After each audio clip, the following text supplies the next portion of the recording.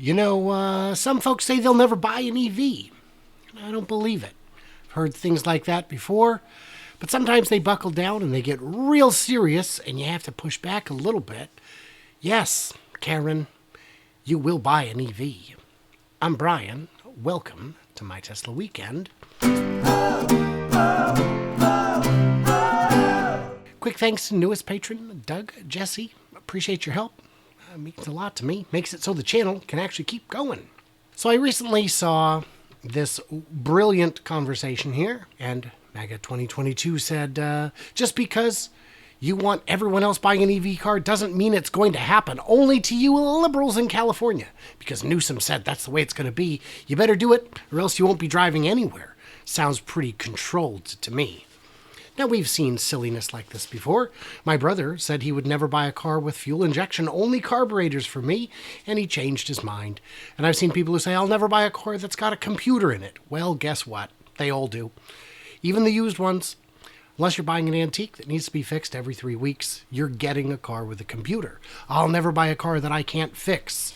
Yeah, my brother can swap out a motor in a matter of hours, but he still takes his Porsche into the dealer to get the brakes done. And I said, unless you plan on expiring soon, you'll live long enough that you will buy an EV. The only state that's making you drive an EV is Cali, and I wouldn't step foot in that state with who controls you all. Good luck, bud. So apparently I live in California now. I didn't know that. But yeah, what are we talking about here? California is going to be making all cars EVs by 2035. And they're able to do that. They're able to set their own rules because California established the CARB, the California Air Resource Board, that is able to set their own rules. California had a large population boom. It is a uniquely non-transit friendly city by design, unfortunately. And because of the combination of the topography with the mountains and the weather patterns with the airflow, it traps the pollution there in the basin. Now, if it could just blow past like it does everywhere else, then we'd have clear skies. It'd be beautiful. But not so. It's trapped. So they were allowed to establish, in 1967, their own rules. Other states got a little jelly. They wanted to be able to do that too. But we can't have 50 different policies for 50 different states. So the middle ground there was, okay, fine. You can either go with the federal one or the California one, but nothing else. So CARB, clean air, the goal of attaining and maintaining healthy air quality, protecting the public from exposure to toxic air contaminants, providing innovative approaches, all that good stuff. And what pinko liberal did this? Why, it was Reagan, of course. It was Reagan who set it up. Because the air quality was a problem. Even into the 90s, well after this took effect, even into the 90s, if you flew in during the day, there was a brown blanket on top of the city, on top of the whole half of the state practically. And if you flew in at night, there was an illuminated brown blanket. And when you landed, your throat burned and you couldn't figure out why. So yeah, California will do that first.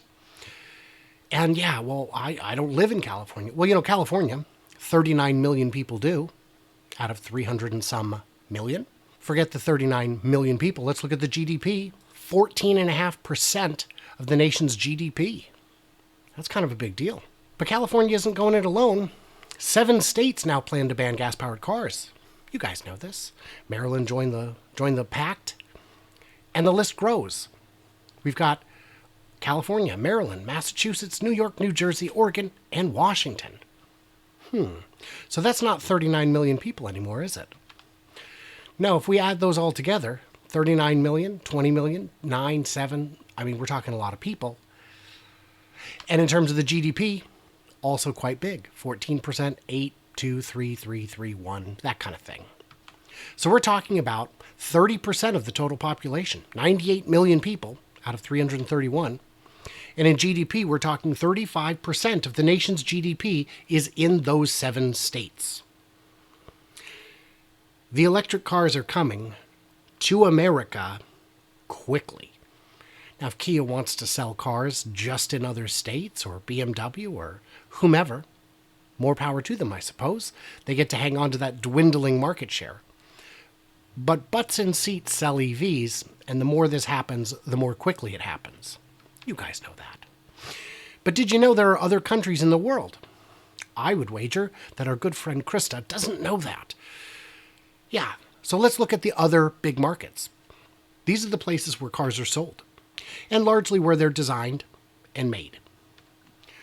So we've got, and this is as of 2022, China, USA, India, Japan, Germany, Brazil, UK, France, Korea, and Canada, and just missing the list was Italy. Italy out of the top 10. That's a lot of cars. That's a lot of... Look at these numbers. 60 million cars? That's crazy. What's that? 40, 50, 55-ish. China joins the list of nations banning the sale of old-style fossil-fueled cars. That's going to be a big deal. They're going to have a lot of cars coming out, and they're all going to be electric. And they export cars, too.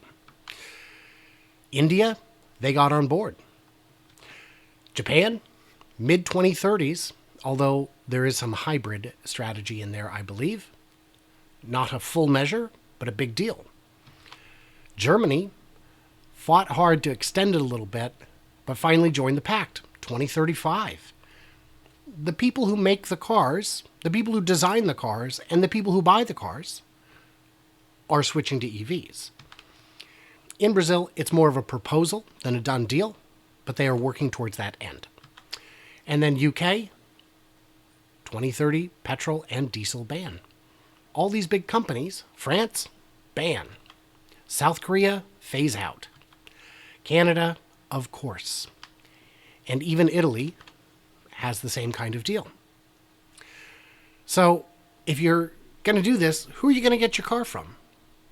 Because everybody else is doing it. The US is largely doing it. Those companies will get on board. Kicking and screaming, they will be pulled into a clean future with or without. Well, I'll buy a used car. Great. But you're going to get an EV eventually. Just like my brother eventually got a carburetor, just like folks who like to fix their own cars eventually say, I'd rather have a car that doesn't break down than one I'm able to fix, but also required to constantly. So then we've got the rest of the world. This map is out of date. It doesn't include Brazil, doesn't include a lot of countries. But all over the world, there are changes a-coming. They are on the horizon. Top 10 car-producing countries in the world. Got a couple differences here. Spain and Thailand made the list. Spain is getting rid of fuel subsidies, EU-wide, and this one is about Spain outright banning combustion engines very soon. Thailand plans to ban petrol and diesel car sales by 2035. That's a very rapid transition for a country that is just getting started. Now, we talked about how it's a big chunk of the US population. What about the world population? China, 1.4 billion people. India, 1.4. Western Europe, 200 million. And the US, 331. Now, there's other countries that aren't on here, but there may be some that are lumped into Western Europe that are not on board with this. So let's just use this. 1.4, 2.8, 3 billion, 3.3 billion people. The richest 3.3 billion, possibly. Some of the richest 3.3 billion, for sure, will be switching to EVs. And they're doing it right away. So Karen, can I call you Karen? When you say you'll never drive an EV, I mean, you could hold out. I know people who, to this day, have never seen Star Wars. They wear it like a badge of honor, assuming anyone cares. No one cares. The world has moved past that. But that's what we're at. That's what we're doing. I did want to mention, I'm going to be, we got a whole lot of time for Q&A, so let's have a chat in the chat. I did want to mention, I'm going to be doing a bunch of interviews in the coming couple of weeks that will be running after the 23rd when I leave town, because I am going, with Jeff, by the way, to Fully Charged in Farnborough, England, for the Fully Charged UK South event. That's going to be fun. I'm going to be a guest speaker, because, of course, I'll be interviewing all kinds of folks. I'll be reviewing all kinds of stuff. There will be much to see and do. And, yeah, I don't know if I made this list. maybe. Oh, look at that! Just in time. So there I am. So yeah, I am going to that. If you're in England, or for that matter Ireland, let me know. Get in touch, because I'd love to try and connect, if possible. There will be opportunity for us to meet, I believe. I know Andrew, who is sometimes in the chat, will be meeting with us at some point. And there may be some others as well. So, while I'm on the road, I will have as much content ready as I can. I'm still trying to get my son trained to a level where he could take footage that I upload and just run it. I don't know if we're going to have time to get there. He, has school. So that is a real distraction.